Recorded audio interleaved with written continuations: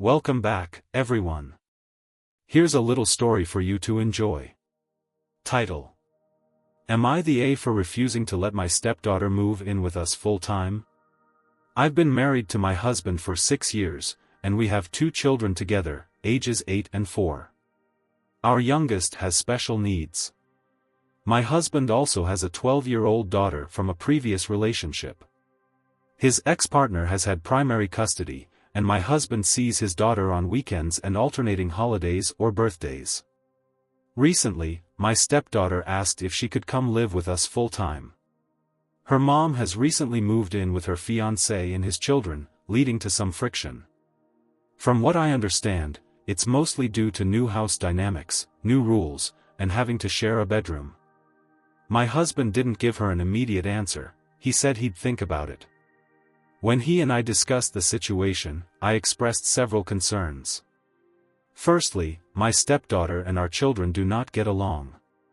Despite years of effort, including therapy, this situation hasn't improved. My stepdaughter resents my children, particularly my youngest, and has been cruel towards him because of his disabilities. There have been issues with bullying. My older child is very protective of his younger brother and has even had physical altercations with my stepdaughter. To avoid conflict, I usually make plans for the boys to visit their grandparents, or my husband takes her out for one-on-one time. I can't imagine how things would be if they were living together full-time. Secondly, our home is not large enough. We have a 4-bedroom house. Both my husband and I work from home to care for our youngest. Due to the nature of his disabilities, it's not feasible for him and my oldest to share a room, as it wouldn't be safe or fair. My stepdaughter's current room is also my work office during the week. I arrange my work schedule around her visits to avoid interfering with her space. We don't have the budget to remodel or add to the house right now. My husband understands my concerns but is still inclined to consider his daughter's request, hoping that things will work out eventually. He doesn't want her to feel abandoned. I empathize with her situation. It must be tough for a child to be told no when asking to live with their parent. However, I also have to prioritize the well-being of my own children and believe that having her live with us full-time isn't in their best interest, given the history and current living conditions. Regarding the relationship between my husband and his ex-partner, there was no affair. My husband and my stepdaughter's mother were never married or in a serious relationship. They were friends with benefits, having worked together as bartenders. When my stepdaughter's mother became pregnant, she told my husband and asked if he wanted to be involved.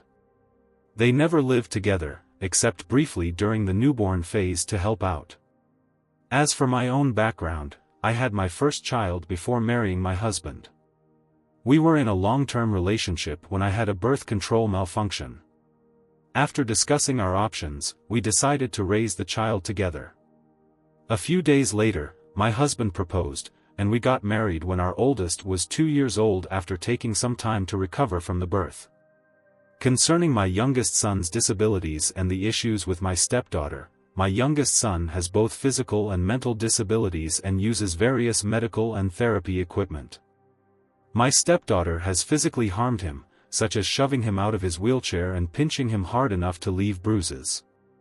She has also hit him when he had trouble verbalizing.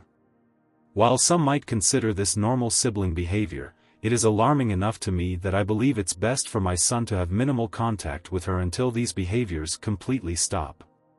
The last incident was 2 months ago when she aggressively pushed him out of his wheelchair.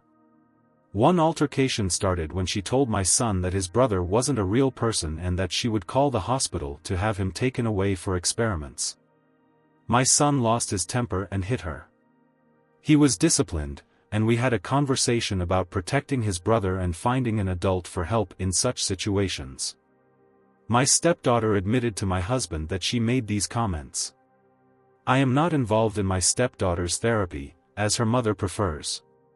My husband is cautious about disturbing the situation with her mother, so I am not fully informed about the therapeutic treatments she receives. Update. It was a challenging conversation because, as some Redditors suggested, I pushed him to carefully consider and address all potential obstacles. We discussed where we would work, as common areas are not an option due to the nature of our jobs.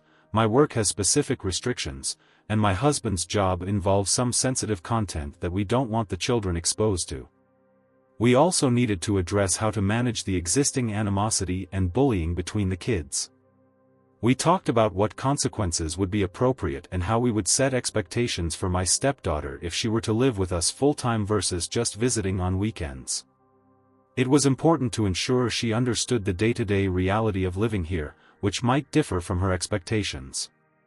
We explored every possible scenario, including some extreme options like selling our home or living separately for a while. We even crunched numbers to see how these changes might affect our finances. Ultimately, we agreed that the answer was not yet.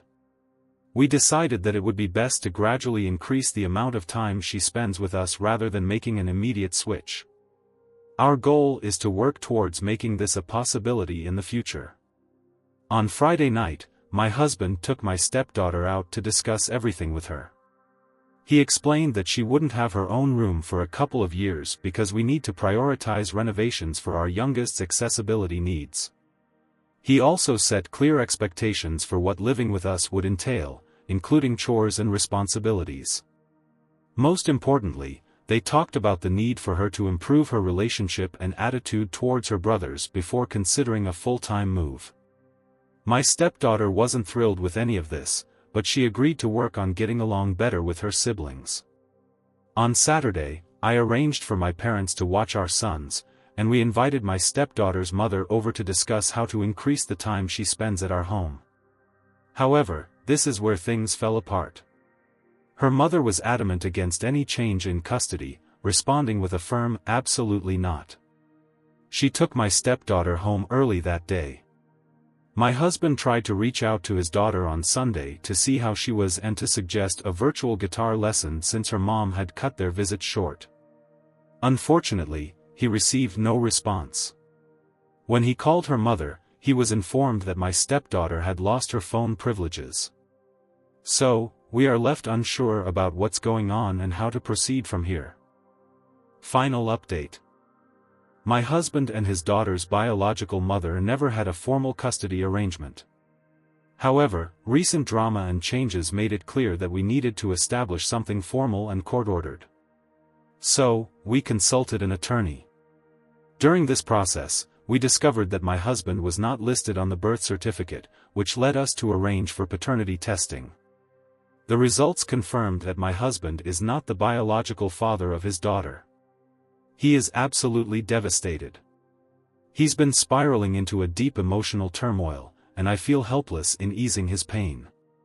We've shared countless hugs and tears over the past week. His emotions are swinging between despair and anger, and his anger is particularly frightening. His knuckles are badly bruised from hitting something, though he won't talk about what happened.